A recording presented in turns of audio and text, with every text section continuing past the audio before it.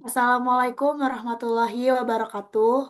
Kami dari kelompok 2 izin mempresentasikan laporan praktikum manajemen pembelian dengan tema simulasi proses pengadaan peralatan cold store dengan studi kasus 2 yaitu proses pengadaan komponen pendukung cold chain logistik pada PT Rantai Dingin Nusantara.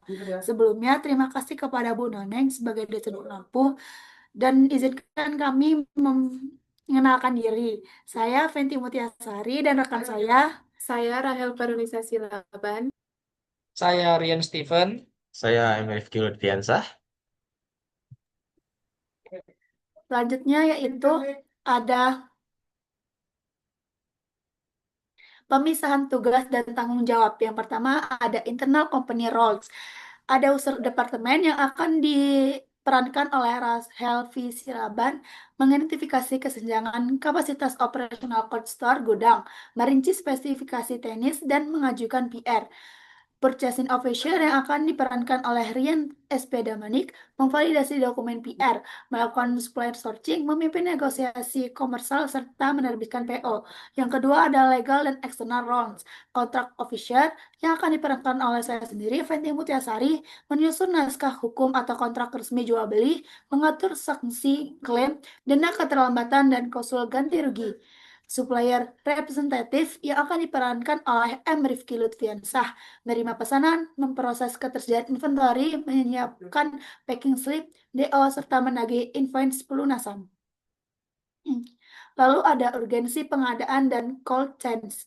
Ini adalah studi kasus yang akan dibahas oleh kami, yaitu PT Rantai Dingin Nusantara menghadapi lonjakan penyimpanan frozen food hingga 25% dalam 3 bulan terakhir. Tanpa peralatan kapasitas modern, risiko ekskursi suhu dan kompromi mutu produk sangat besar. Nah, di sini ada integritas suhu produk, mitigasi risiko kerusakan, dan efisiensi operasional. Lalu akan dijelaskan oleh rekan saya, yaitu Rahel. Baik, di sini ada spesifikasi target dan batasan kasus. Yang pertama kita bahas spesifikasi target pengadaan. Nah, di sini ada 3 kriteria. Yang pertama 20 unit insulated container box, yang dimana spesifikasinya adalah kapasitas minimal 100 liter, food grade tebal, dan kuat menjaga isolasi termal. Yang kedua 15 unit digital temperature logger, yang memiliki spesifikasi akurasi tinggi, kurang lebih 0,5 derajat Celcius, serta rekam otomatis. Yang ketiga, ada 4 unit hand pellet stainless dengan spesifikasi kapasitas angkut minimal 2 ton, tahan korosi akibat air embun, beku, cold room gudang.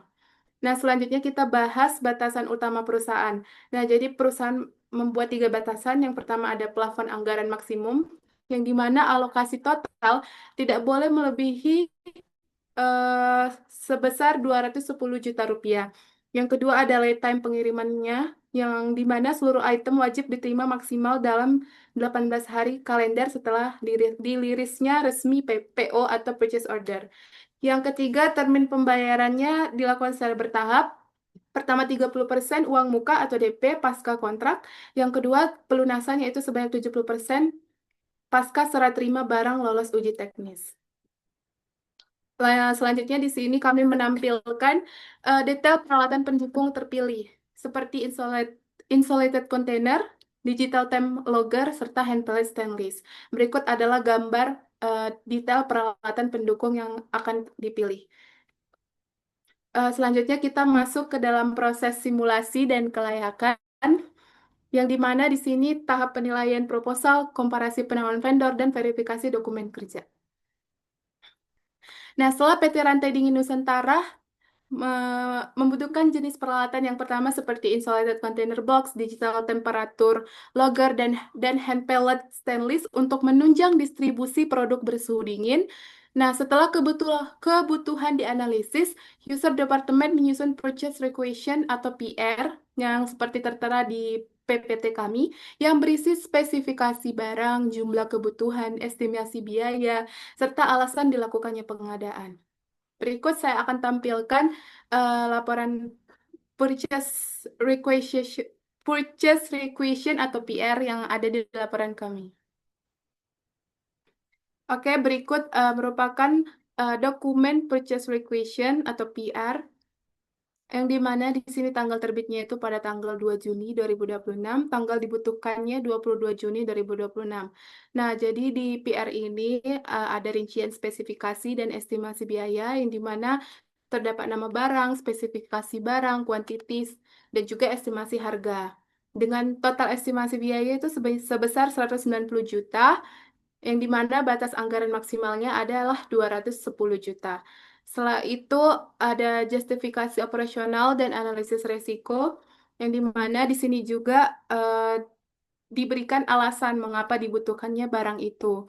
Nah, jadi di sini jelaskan PT Rantai Dingin Nusantara mengajukan pengadaan untuk mendukung operasional sistem cold chain, yang di mana peralatan tersebut diperlukan agar proses penyimpanan, pemantauan suhu, serta pemindahan produk yang memerlukan pengendalian temperatur dapat berjalan secara optimal. Maka diadakanlah pembelian kebutuhan tersebut.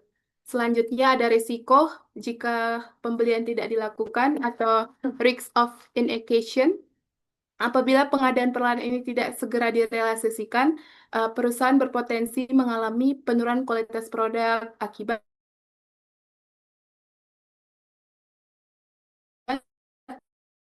pengendalian fungsi serta menurunnya efisiensi operasional di area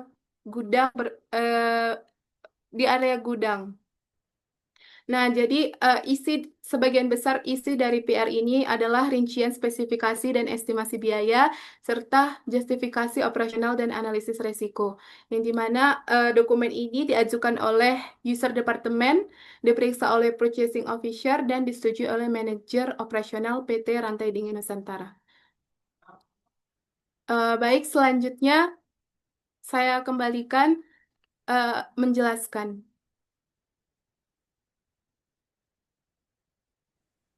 Baik, setelah purchase requisition disetujui, proses pengadaan beralih kepada purchasing officer yang diperankan oleh Rian Stephen untuk melakukan evaluasi supplier. Baik, di sini kita akan menggunakan kita akan menggunakan data dari dokumen saja ya sepertinya ya, dari Word karena lebih rinci isinya. Oke, di sini saya akan melakukan pemilihan supplier. Di sini terdapat dua kandidat atau dua vendor, yaitu PT Cold Chain Equipment Indonesia atau kita sebut saja sebagai supplier A dan PT Prima Cold Logistik Indonesia atau supplier B. Penilaian menggunakan pembobotan weighted score di mana masing-masing ada 6 kriteria penilaian. Yang pertama itu ada harga penawaran dengan bobot 30%, ada kesesuaian spesifikasi dengan bobot 25%, lead time pengiriman 20%, garansi produk atau perlindungan 10%, layanan purna jual 10%, dan termin pembayaran sebesar 5%. Untuk supplier A, di sini mereka mendapatkan untuk harga penawaran, supplier A mendapatkan skor sebesar 9 dan supplier B mendapatkan skor 8. Untuk kesesuaian spesifikasi, supplier A mendapatkan skor 9 dan supplier B mendapatkan skor 8,50. Untuk lead time, supplier A mendapatkan skor 9 dan supplier B mendapatkan skor 8.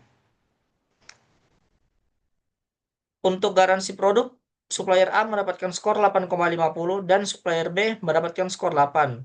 Untuk layanan purna jual, supplier A mendapatkan skor 9 dan supplier B mendapatkan skor 8,25. Dan terakhir untuk termin pembayaran, supplier A mendapatkan skor 8 dan supplier B juga mendapatkan skor 8. Dari total pembobotan nilai tersebut, didapatkan bahwa supplier A memperoleh skor 8,90 dan supplier B mendapatkan skor 8,15. Di sini pemenangnya adalah supplier A atau PT Cold Equipment Indonesia. Lalu di sini ada surat penetapan pemenang rantai pemasok. Di sini berdasarkan evaluasi metode perbandingan yang telah dilakukan pada tanggal 3 Juni 2026, PT Cold Chain memutuskan bahwa PT Cold Chain Equipment Indonesia sebagai pemenang kontrak tunggal dengan nilai transaksi final disetujui sebesar Rp178.500.000 dan pelaksanaan pengiriman maksimal 15 hari kalender setelah PO diterbitkan. Diketahui oleh Purchasing Officer Rian Stephen Prawira Damanik dan User Department Rahel Veronisa Silaban. Oke, ini adalah tampilan dari berita acara penetapan supplier tersebut. Berikut adalah dokumennya.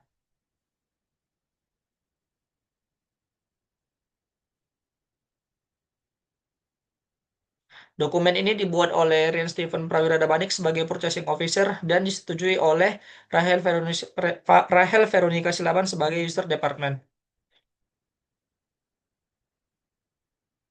Selanjutnya, draft kontrak akan dibacakan oleh Saudari Fenty Mutiasari.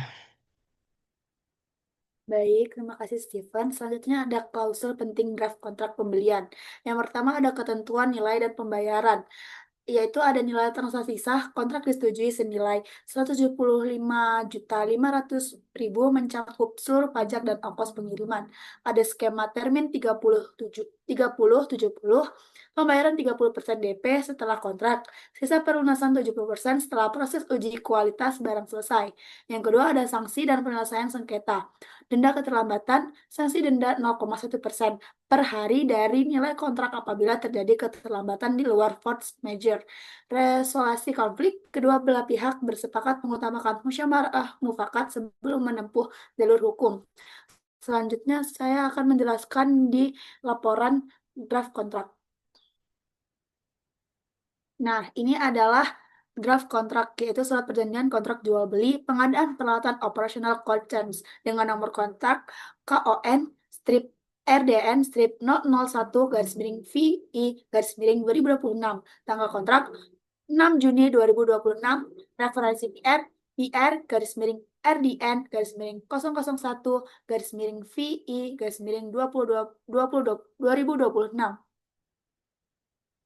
Di mana pasal 1 yaitu ruang lingkup pengadaan. Pasal ini menjelaskan barang apa saja yang dibeli oleh pembeli dari supplier, yaitu 20 unit insulated container box, 15 unit digital temperature logger, 4 unit hand pallet stainless.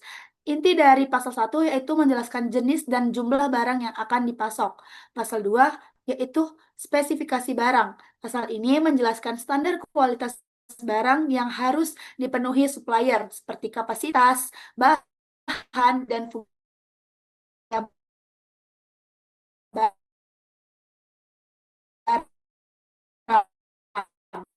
Pasal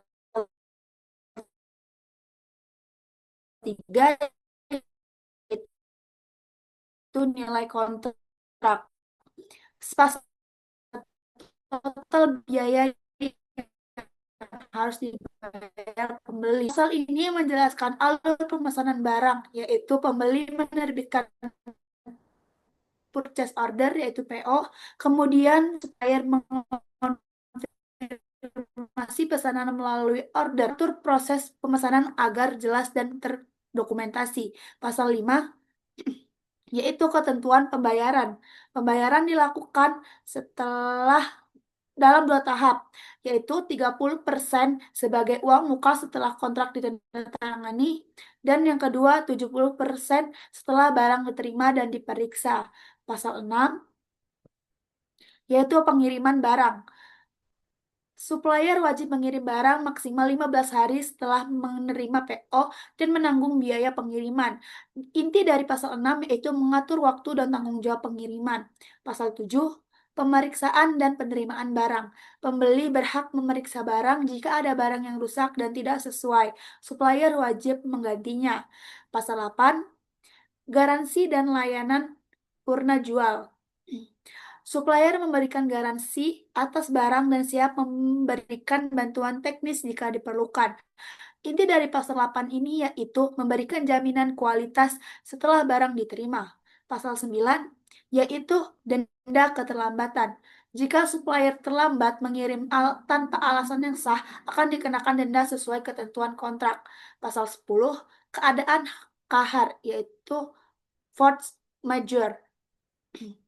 Jika terjadi keadaan di luar kendali seperti bencana alam atau pandemi, maka keterlambatan dapat dimaklumi. Inti darinya yaitu mengatur kondisi darurat yang menghambat pelaksanaan kontrak. Pasal 11, penyelesaian. Jika terjadi sengketa, kedua kedua pihak akan menyelesaikan melalui musyawarah. Jika tidak berhasil, penyelesaian mengikuti hukum yang berlaku. Pasal 12 yaitu penutup. Kontrak ini mulai berlaku setelah ditandatangani oleh kedua belah pihak dan memiliki kekuatan hukum yang sama. Intinya yaitu menegaskan bahwa kontrak ini resmi berlaku sejak ditandatangani. Kesimpulan dari seluruhannya yaitu kontrak ini mengatur hak dan kewajiban antara pembeli dan supplier, mulai dari jenis barang yang dibeli, spesifikasi, nilai kontrak, mekanisme pemesanan, pembayaran, pengiriman, garansi, hingga penyelesaian jika terjadi masalah. Tujuannya adalah agar proses pengadaan berjalan tertib, jelas, dan memberikan perlindungan bagi kedua belah pihak. Setelah kontrak ditandatangani, seluruh proses operasional pengiriman dilakukan oleh supplier representatif.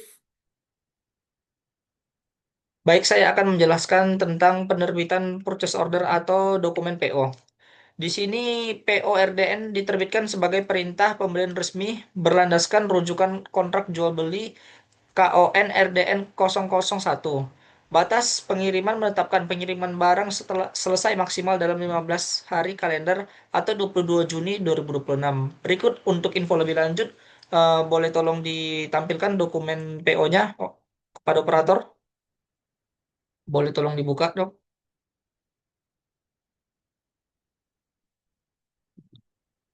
Baik, berikut ini merupakan dokumen asli dari purchase ordernya. Untuk tanggal PO dikirim pada tanggal 7 Juni 2026. Tanggal kirim maksimal yaitu 22 Juni 2026 dan untuk termin bayarnya yaitu 30% DP atau 70% pelunasan.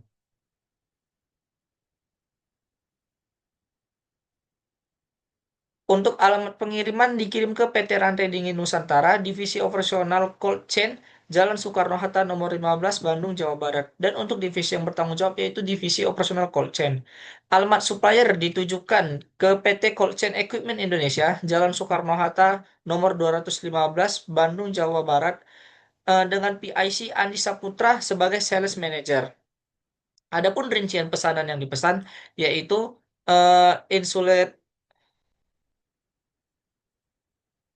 container box dengan spesifikasi kapasitas minimal 100 liter, material food grade mampu mempertahankan suhu rendah untuk distribusi produk rantai dingin dengan jumlah sebanyak 20 unit dan harga satuan 4.250.000. Jadi untuk harga totalnya yaitu 85 juta. Lalu barang kedua ada digital temperature logger yang dengan spesifikasi mampu merekam suhu otomatis, koneksi USB atau wireless, dan akurasi minimal kurang lebih 0,5 derajat Celcius. Untuk jumlah barangnya sebanyak 15 unit dengan harga satuannya 2.300.000 dan untuk total harganya 34.500.000 rupiah. Dan untuk barang yang terakhir itu ada hand pellet stainless dengan spesifikasi kapasitas minimal 2 ton, material stainless steel tahan korosi, sesuai digunakan di area cold storage dengan jumlah 4 unit dan harga satuannya 14.750.000 rupiah. Total harganya 59 juta rupiah. Dan untuk total nilai pembelian dari ketiga barang tersebut yaitu 178.500.000 rupiah.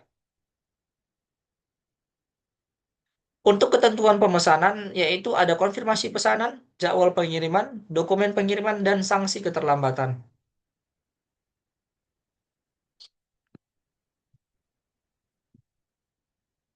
Dokumen ini diterbitkan oleh PT Rantai Dingin Nusantara dengan Purchasing Officer Rian Stephen Prawira Damanik dan diterima dan disetujui oleh PT Cold Chain Equipment Indonesia dengan Sales Manager Andi Saputra.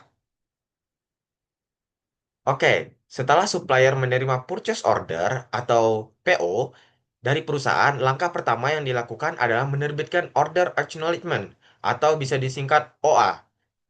Nah, untuk operator boleh ditampilkan dokumen OA-nya. Nah, OA ini merupakan dokumen konfirmasi bahwa supplier telah menerima pesanan dan menyatakan siap memenuhi seluruh permintaan sesuai dengan jumlah, spesifikasi, harga, dan jadwal pengiriman yang telah disepakati.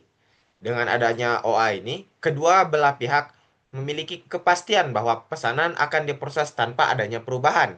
Nah, di sini bisa dilihat bahwa rincian yang telah dikonfirmasi dimulai dari spesifikasi yang dikonfirmasi, kuantiti, harga satuan, dan total harga.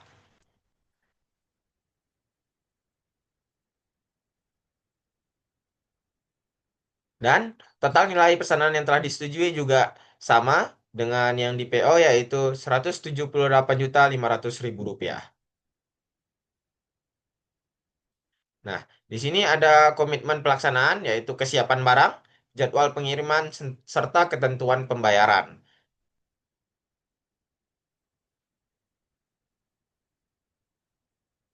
Nah, untuk OA ini ditandatangani oleh Sales Manager dari PT Cold Chain Equipment Indonesia yaitu Andi Saputra dan Purchasing Offer PT Rantai Dingin Nusantara yaitu Rian SP Dimanik. Balik ke PPT. Baik, setelah supplier menerima purchase order atau PO dari perusahaan, langkah pertama yang dilakukan adalah menerbitkan order acknowledgement atau bisa disingkat yaitu OA. Untuk operator boleh ditampilkan dokumen untuk bagian OA.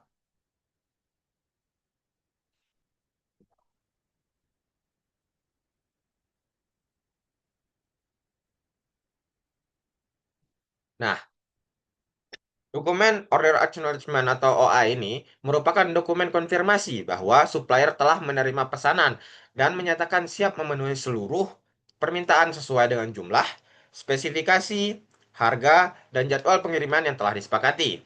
Dengan adanya OA ini, kedua belah pihak memiliki kepastian bahwa pesanan akan diproses tanpa adanya perubahan. Oke, boleh di-scroll ke bawah. Nah, di sini pesanan rincian yang telah dikonfirmasi yaitu eh, dari nama barang, spesifikasi yang dikonfirmasi, kuantiti, harga satuan barang, dan juga total harga. Lanjut untuk penandatanganan. Nah, eh, order acknowledgement ini atau bisa disingkat OA itu ditandatangani oleh Sales Manager PT Cold Chain Equipment Indonesia oleh Andi Saputra dan Purchasing Offer oleh PT Rantai Dingin Nusantara itu yaitu Rian SP Damanik. Kemudian kita kembali lagi ke PPT. Selanjutnya, setelah diproses dan barang selesai disiapkan, supplier menerbitkan packing slip. Nah, untuk packing slip ini adalah dokumen yang diisi daftar seluruh barang yang ada dalam paket atau kemasan. Dokumen ini juga mencantumkan jenis barang, jumlah barang, serta informasi kemasan. Untuk menampilkannya lebih detail, boleh dibuka dokumennya. Nah, ini adalah dokumen packing slip. Fungsi utamanya adalah untuk mempermudah atau mempermudah pihak dalam menentukan pengecekan apakah barang yang diterima sudah lengkap dan sesuai dengan pesanan sebelum proses penerimaan diselesaikan. Nah, di sini tertera rincian perekapan barang. Mulai dari barang yang pertama yaitu insulated container box dengan deskripsi kemasan yaitu jumlah unit 20 unit, kemudian jumlah kemasan 20 box. Yang kedua digital temperature lounger dengan deskripsi kemasan, lalu jumlah unitnya 15 unit, jumlah kemasannya 3 master karton, dan yang ketiga yaitu handle pallet stainless dengan deskripsi kemasan, dan jumlah unit yaitu 4 unit, jumlah kemasan yaitu 4 palet. Nah, total volume muatan di sini yaitu jumlahnya semuanya yaitu 39 unit dan 27 kemasan. Lanjut. Hasil pemeriksaan gudang atau quality control gudang, pemeriksaan yang pertama itu ada pemeriksaan kemasan, yang kedua ada verifikasi barang, yang ketiga adalah instruksi penanganannya. Oke, lanjut ke bawah. Nah, kemudian packing slip ini ditandatangani oleh Kepala Gudang PT Cold Chain Equipment Indonesia, yaitu Dimas Pratama. Yang kedua yaitu supplier representatif yang untuk diverifikasi dan disahkan oleh M. Rifki Lutfiansah. Selanjutnya kita lanjut ke PPT. Oke, selanjutnya yaitu ketika barang dikirimkan ke perusahaan, supplier juga menerbitkan delivery order di sini, atau bisa disingkat yaitu DO, yang juga dikenal sebagai surat jalan. Nah, delivery order ini berfungsi sebagai bukti resmi bahwa barang telah dikirim dari supplier kepada pembeli. Setelah barang tiba, pihak pembeli akan mencocokkan barang dengan purchase order dan packing slip. Untuk operator, kita balikkan ke dokumen untuk melihat. Nah, apabila jumlah, kondisi, dan spesifikasi barang sudah sesuai di sini, maka delivery order akan ditandatangani sebagai bukti bahwa telah sebagai proses bahwa serah terima barang telah selesai. Boleh kita scroll ke bawah untuk memastikannya. Nah, rincian barang dikirim di sini dapat dilihat yaitu nama barang yang pertama insulated container box dengan kualitas 20 unit itu status pemeriksaannya itu baik dan sesuai. Kemudian lanjut. Nah, digital temperature lounger yang dikirimkan 15 unit dengan kondisi baik dan sesuai. Dan yang ketiga yaitu hand pallet stainless dengan 4 unit. Dan kondisinya itu statusnya baik dan sesuai juga. Kemudian lanjut ke bawah. Nah, ketika semua barang sudah sesuai dan kualitasnya juga sudah dipastikan baik, maka surat ini ditandatangani oleh pengemudi kurir atau PT Cold Chain Equipment Indonesia yaitu Bambang Setiawan dan diserahkan oleh supplier representatif yaitu M. Rifki Lutfiansah dan diterima atau disahkan oleh user departemen PT Rantai Dingin Nusantara yaitu Rahel Veronisa Saliban.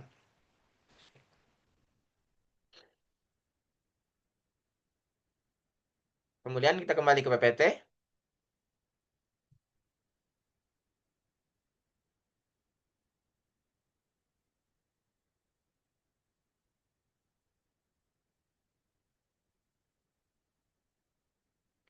Nah, kemudian setelah seluruh barang diterima dan delivery order telah ditandatangani, supplier kemudian menerbitkan yaitu invoice. Nah, invoice ini merupakan dokumen tagihan resmi yang digunakan sebagai dasar pembayaran kepada supplier. Dalam studi kasus ini kan kita melihat yaitu nilai total transaksinya adalah Rp178.500.000 karena perusahaan telah membayar uang muka sebesar 30%. Jadi sisanya sebesar 70% dengan sesuaian kontrak. Dengan diterbitkannya invoice ini dan pembayaran selesai dilakukan, maka proses pengadaan dinyatakan telah selesai. Di sini diverifikasi juga pencocokan 3 arah dengan transfer melalui Bank BCA sesuai dengan tujuan rekeningnya. Berikut ini adalah dokumen invoice yang ditujukan kepada divisi keuangan atau akuntansi PT Rantai Dingin Nusantara dan nama perusahaannya yaitu PT Dingin Nusantara dengan status pembayaran pelunasan tahap 2 70%. Dan rinciannya sebagai berikut di tahap.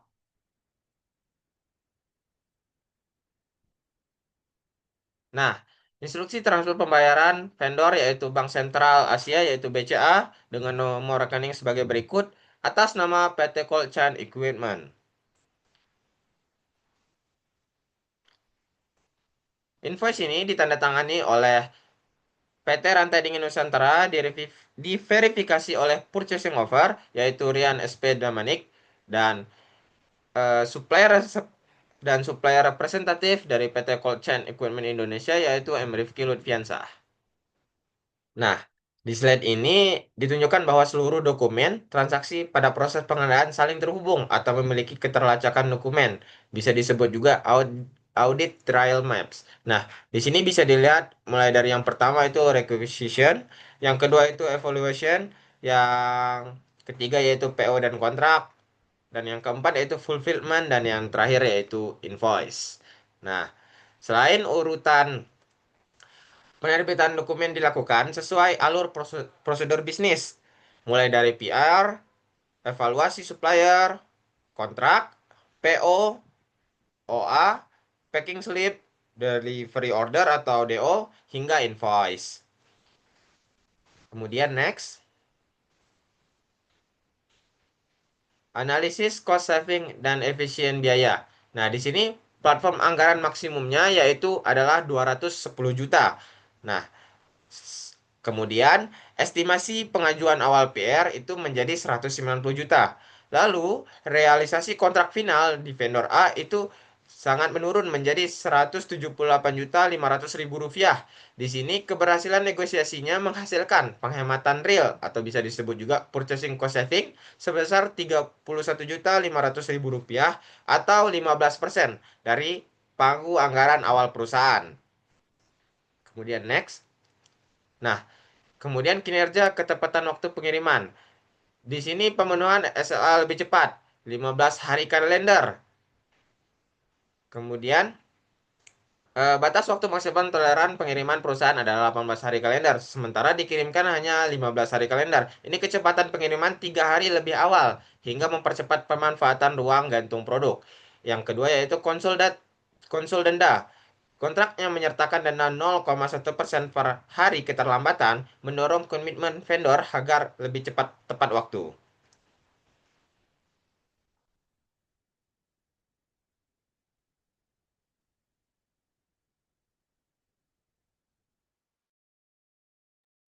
Oke, baik. Demikian presentasi dari kelompok 2. Kurang lebihnya kami mohon maaf. Kami akhiri. Wassalamualaikum warahmatullahi wabarakatuh.